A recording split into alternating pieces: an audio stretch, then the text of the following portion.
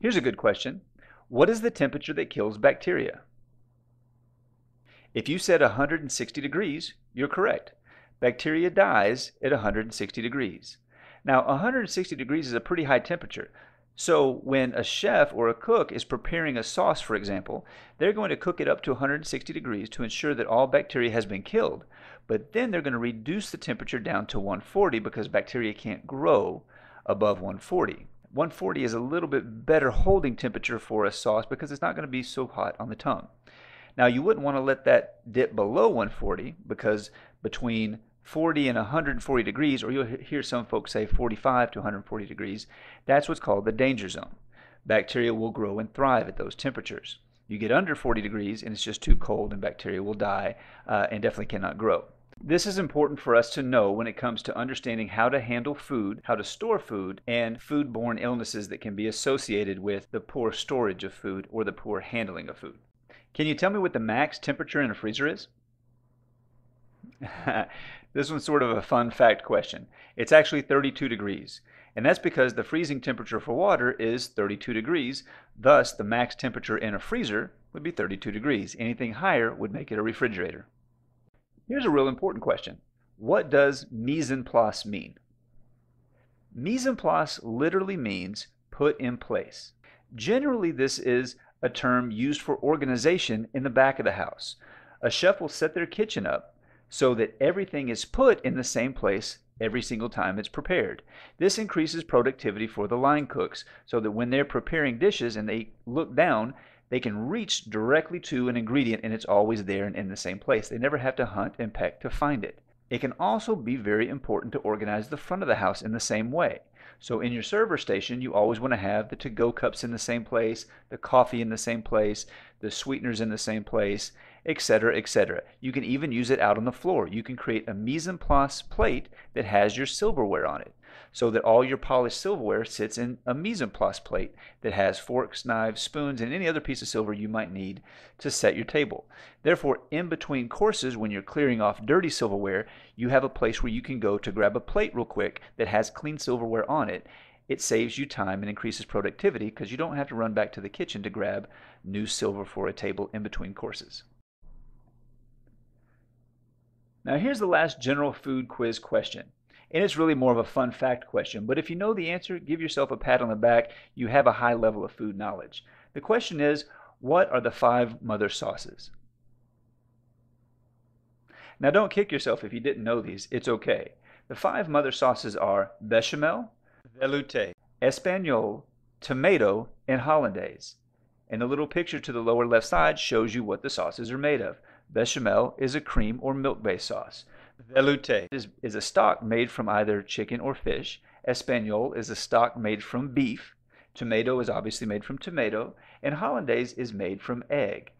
It's actually important for us as servers and bartenders to understand these sauces, one, so that we can articulate it to the member or guest without calling it the white sauce, the brown sauce, the red sauce, or the yellow sauce. But 2, it's important to understand for either food allergies or if you have someone who is a vegetarian or a vegan, or in the case of hollandaise, you can actually run into a foodborne illness situation. So let me explain this just a little bit further. With a vegan or vegetarian, they're going to want to avoid velouté in the espagnole. It doesn't fit into their dietary restrictions. And in terms of the hollandaise being made from egg typically isn't served at a high temperature. When it's prepared at somewhat of a lower temperature, high enough to kill bacteria, but then it cools pretty quickly. Now, being that it's an egg product, it's subject to bacteria. So and it has about a 4-hour shelf life. So if you have members or guests dining on a Eggs Benedict at a Sunday brunch and they want to take half of it home, it's important to let them know they only have a few hours to eat it, or they need to refrigerate it pretty quickly so that temperature can get down under 40 degrees and dodge the regrowth of bacteria, thus avoiding the foodborne illness. So though it sounds kind of funny to ask this type of question, again, it's a fun fact question, but you can see the importance of understanding what these 5 mother sauces are. And again, the 5 mother sauces are the base sauces that all other sauces are made from. This concludes the general food quiz portion of the minimum standards section. If you were able to answer all the food product questions, congratulations, you have a very high food knowledge. If you felt that you struggled with a few, get with your trainer and have them walk you through what the correct answers were. Now let's move on to beverage knowledge. For beverage knowledge, let's start with beer. Beer is actually a very simple beverage. It only has 4 ingredients: malted barley, hops, yeast, and water.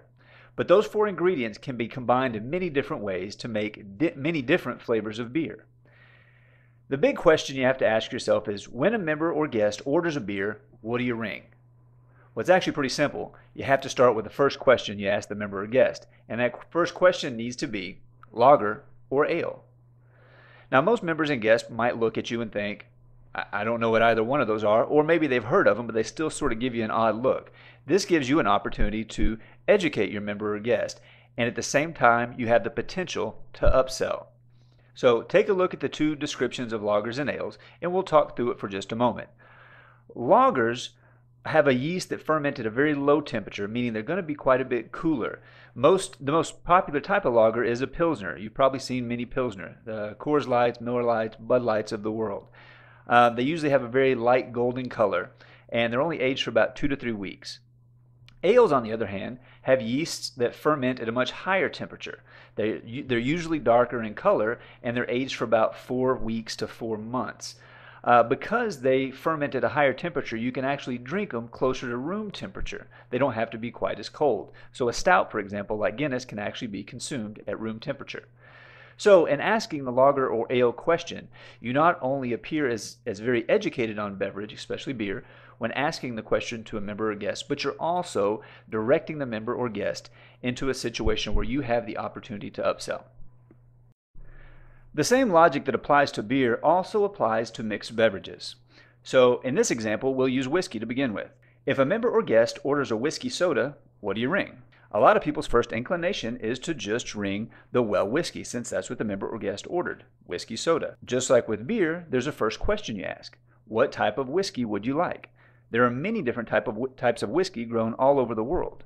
It's not simply just bourbon like we have here in the States. There's Canadian whiskey, there's Scotch, there's Irish whiskey, you can even get Jamaican whiskey. If you read here below, you'll see some of the different descriptors of different types of whiskey. But this is the opportunity to upsell your member or guest into a higher call or premium whiskey by simply recommending one. What if a member or guest wants to order a martini? What do you ring? Well, what's the first question you ask? That's right, vodka or gin. There are many different types of vodkas out there. Some are made from grain, such as wheat or rye. Others are made from potatoes. And it's real important to understand the difference in the two because the two taste very different. Gin is simply a grain spirit flavored with juniper berries.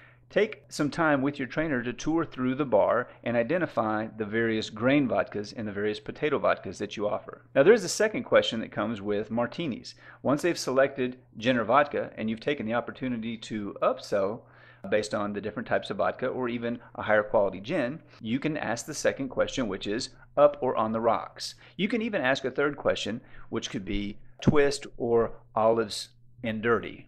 Or even with dirty, you can have a fourth follow-up question would be, how dirty would you like it? Very dirty or slightly dirty? So there's a couple of different questions that go with martinis, but understanding the product is the most important.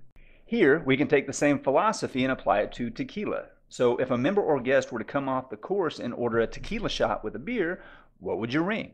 Well, we don't want to miss any opportunities, so we don't want to just order the well brand. So what's the first question we ask? Well, the first question is gold, silver, reposado, or añejo. Now, there are 4 different ways of making tequila. Let's take a look at all 4. Gold and silver are actually the same. Both are unaged and they come straight out of the steel vats. But with gold, the makers actually add a caramel color to it, giving it that gold color. With reposado, which means rested in Spanish, the tequila actually sits or rests inside of wooden barrels for 2 months to a year. With añejo, which means aged in Spanish, the tequila is aged for over a year in wooden barrels, and you can tell it takes a little more of the gold color away from the wood. And similar to tequila, rum has several methods of production. Typically, this is a missed opportunity. And when a member or guest orders a rum and coke or a rum and diet or a rum with a mixer, the well rum is rung. We don't want to miss this opportunity, so the first question we ask is gold, silver, spiced, or dark. And let's walk through the 4 different types. Unlike tequila, Gold and silver rums are actually different. Silver is unaged, straight out of steel vats, similar to silver tequila. Gold is different because it's actually aged in wooden barrels. So it's actually getting its darker color from the wood in the barrels, similar to an añejo or a reposado tequila. Now with spiced rums are actually just gold rums which have a little extra caramel and some spice added to them. And dark rums are actually aged for over 1 year in charred wood barrels. So they actually char the inside of the barrel, which gives it that really dark color. Understanding the different flavor profiles in all different types of rum actually gives you the opportunity to guide your members and guests to a different experience with their rums. So if they're used to just getting a basic rum and diet and it has a very simple flavor to it, you can enhance that flavor, enhance their experience by suggesting, let's say, a spiced rum or a dark rum, because it'll change the flavor of the drink. Also, they generally tend to cost a little bit more, so this is an upsell opportunity for you as well. Understanding all of these beverages and the nuances that make them different allows you to, again, enhance your member or guest experience, and it also allows you the opportunity to upsell. Now let's take a look at some different types of common cocktails. Here's a quick little quiz to see what your knowledge of common cocktails is. On the screen you see 4 common cocktails: a Manhattan, a Martini, a Cosmo, and a Mojito. One at a time, the recipes for these drinks are going to pop up on the screen. See if you can guess the ingredients before the recipe pops up. We'll start first with a Manhattan. If you guessed that the ingredients in a Manhattan were 1 1/4 ounce of bourbon, 3/4 ounces of sweet vermouth, shake and strain and garnish with a cherry, then you were right. Now let's try the Martini. If you said that the ingredients in a Martini were 2 ounces of vodka or gin, shake and strain, and garnish with either olives or a twist, you're correct. Now let's try the Cosmo, which is short for Cosmopolitan. If you said the ingredients in a Cosmo were 1 1/4 ounces of vodka, 3/4 ounces of triple sec, squeeze of lime, shake and strain, and garnish with a twist, then you were correct. And to be honest, there are many different types of recipes out there for Cosmos. So if you had something pretty close or in that neighborhood, you were probably correct. It's good to go ahead and ask your trainer how a Cosmo is prepared at your facility. Now, just like with the Cosmo, there are many different recipes out there for mojitos. So it's good, like the Cosmo, to ask your trainer what the recipe at your facility is for a mojito. If your guess was, though, that it was muddled mint with 2 ounces of rum, a splash of sweet and sour, a splash of Sprite, squeeze of lime, shake and strain, and garnish with a mint sprig, you were correct.